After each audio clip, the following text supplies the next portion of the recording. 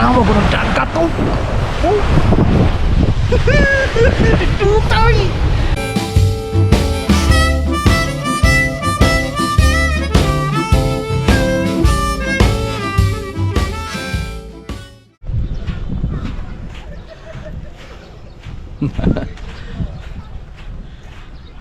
Very nice Monday morning mga igsoon. Na ako sa part sa Santa Fe beaches nga anhi sa poblasyon area, no. So ang atong hotel to amang ato sa barangay Okoy. And then kining dire kuha na siya sa poblasyon area. In fact mao na siya mas well known mga igsoon kontra tong sa Pikas kay sa kaniadto dire gyud concentrated ang mga beaches and resorts, hotels. Hi.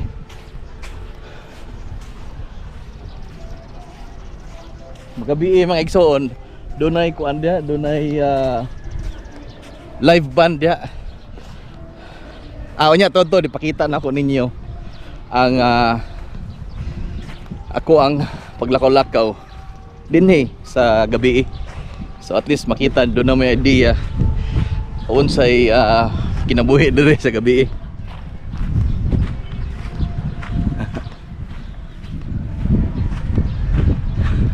Nice. Hello, good morning. So dunay mga kuan dia mga igsoon nga barbecue, and then dunay mga seafood, turo-turo ba kanapit tong tudlo nimo unya paluto. And then kini siya mga igsoon libot ni siya, no. Padung yun na ngadto sa kuan dool sa pantalan sa Santa Fe. So gimog yung hunaon mga igsoon kining Municipality of Santa Fe. Ang kaniyang beach line niya halos tanan gini siya nga mga white sand beaches. Doon na gay ko under yo kaning sandbar. Kini siya kung high tide mawa ni siya. And this Pikas. Hello, good morning. Good morning.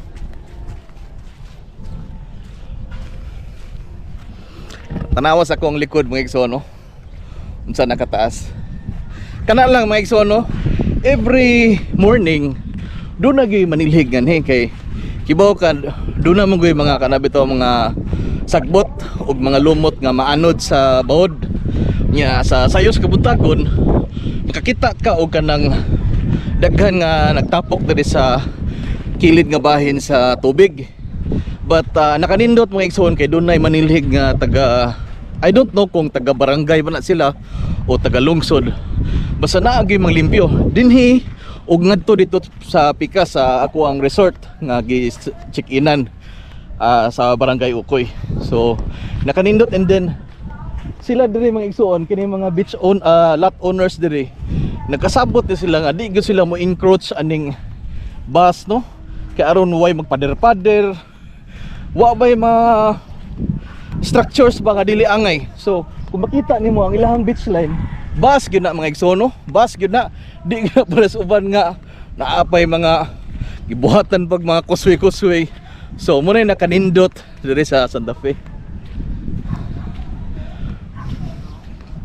Diri mga igsoon, wow, wow, pagka nice, wow. Ade, sulta kini diri dunay resort diri. Ambot og part pa ba kini sa ambot sa ni siya nga beach resort diri. Nice diri.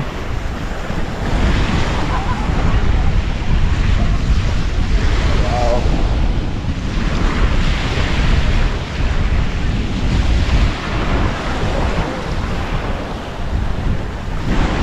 Morning. Sir, unsa ni siya nga resort diri dyan? Kota. Kota Beach Club, no? Thank you. So, Kota Beach Club din mga igsoon. Morning.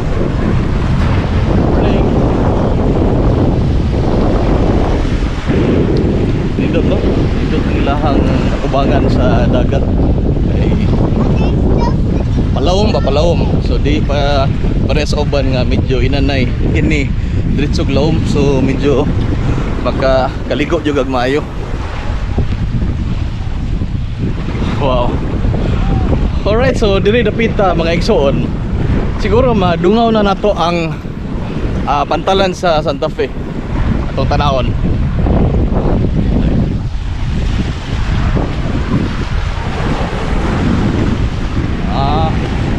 Paligya po nato makita, no?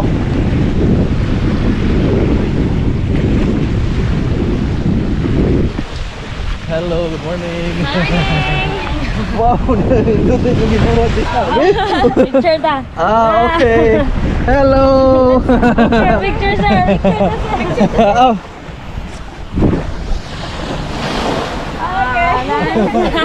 Thank you. Wow, this is a private property. Mama-develop mga igsoon. Puntan awa ang property mga igsoon. Wow. Woo! Awap ko na, oh. Kani mo yung kapasabot mga igsoon. Doon na yung mga kuan, mga dahon. Tungod kay kani wapa man yung ma-develop. So wapa dia ang tag-iya. Wapay mga staff nga maglimpyo. So ina ni, but seldom ka makakita og mga silupin. Although na good, but di gyud ingon ana mga igsoon. So kudos sa Santa Fe Municipality of Santa Fe, no, for maintaining your beach line.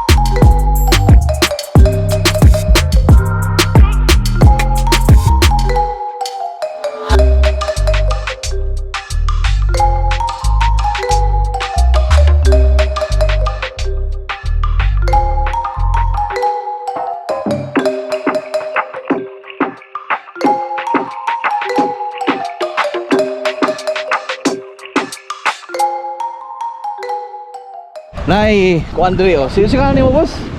JM, si JM. Usa siya sa mga mamaligya diri og mga seafood nya karon.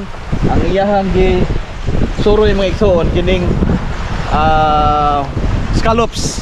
Nagpila kilo ni JM? 20 kilo.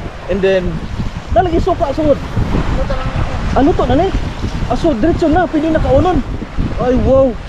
Duta sa. Okay.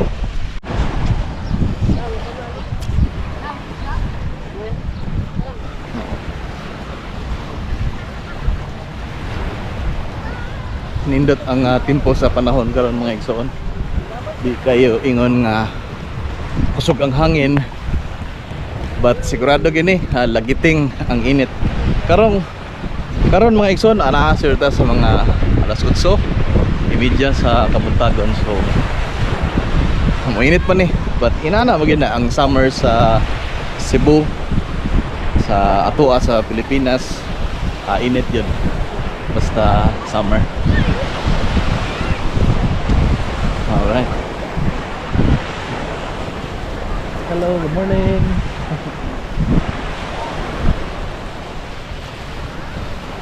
So sama ra sa Mualbual mga igsoon, dunay dako nga sandbar diri. Murag bas dako ba oh.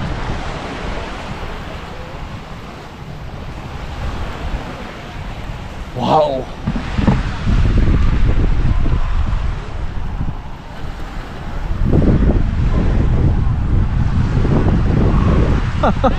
Pagkaninduta mga igsoon, di na ko ma-describe ang ako ang kalipay karon nga naa ko diri naglakaw-lakaw aning kabalasan sa Santa Fe, no?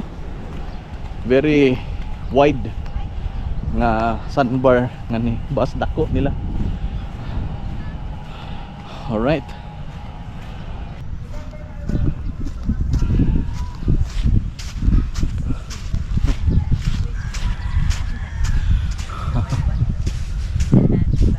Morning. So, kini nga ni magtuon sa likod ana dunay eskwelahan. I do not know kung elementary school na sa Santa Fe, but public school siguro diha mga igsoon dunay ilahang gi-develop diha nga beach property. Nindot kini basta gabi no, kay dunay daghang tao diha, dunay daghang mga pagkaon baligya. Dunay mahimo kang mag-order of beer, then doon na po siguro mga coffee shops diha, and then souvenir shops. Dunay nakita na ko diha nga namaligya og mga souvenir shirts. Dunay marka Santa Fe of Bantayan Island.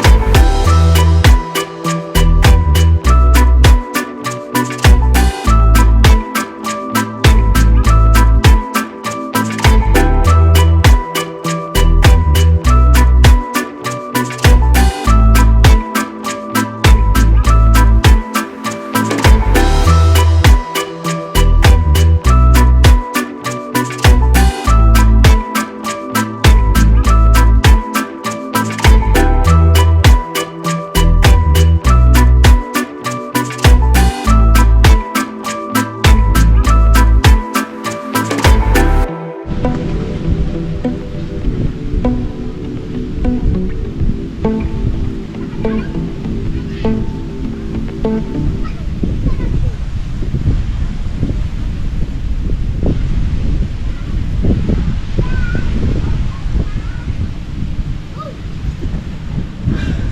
ay dagang nangabot no gikan og island hopping. Usually gid mga igsoon kanang padong og Virgin Island o kini pang ubang mga isla nga nagpalibot sa bantayan. Kini diri mga igsoon ang Aniknar Island Resort. So diri nga part sa Santa Fe mga igsoon dili kaingon nga daghan kayo og mga anang kalingawan diri aside sa beach lang no.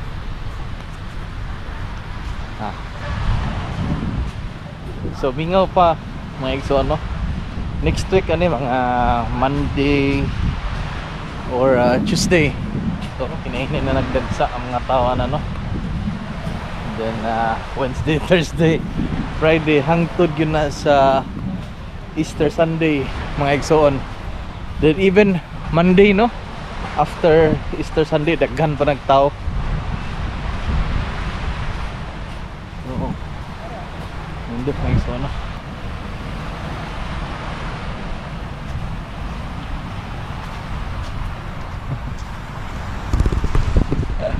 Mingaw kayo no. Sulo kina tong dagat. So ani ta diri. Ani tas kuan lakaw tas tubig may igsoon.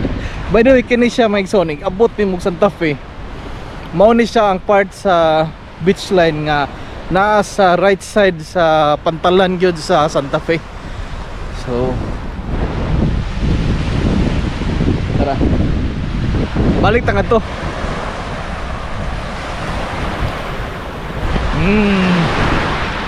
Oh. Lakaw ko sa tubig. Woo! Minutas tubig.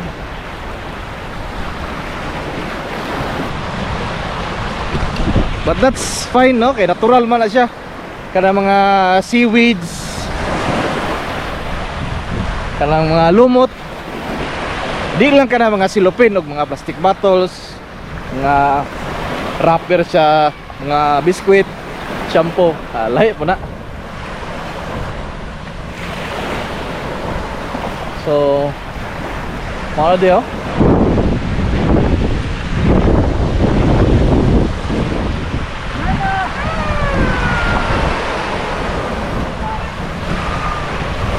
So medyo kusog ng bawod mga igsoon.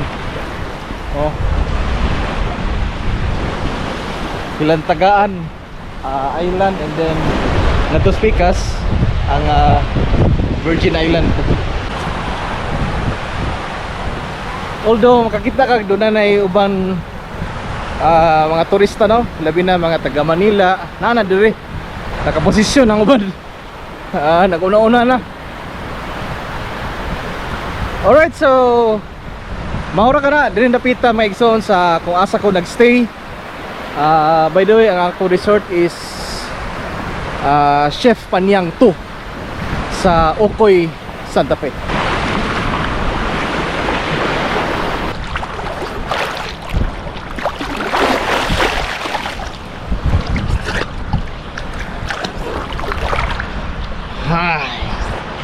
Alright mga igsoon, alas 5 pasado na no, naanas mga 5:15 sa kahaponon nya mao kining tubig diri sa Ocoy dool sa pantalan sa Santa Fe.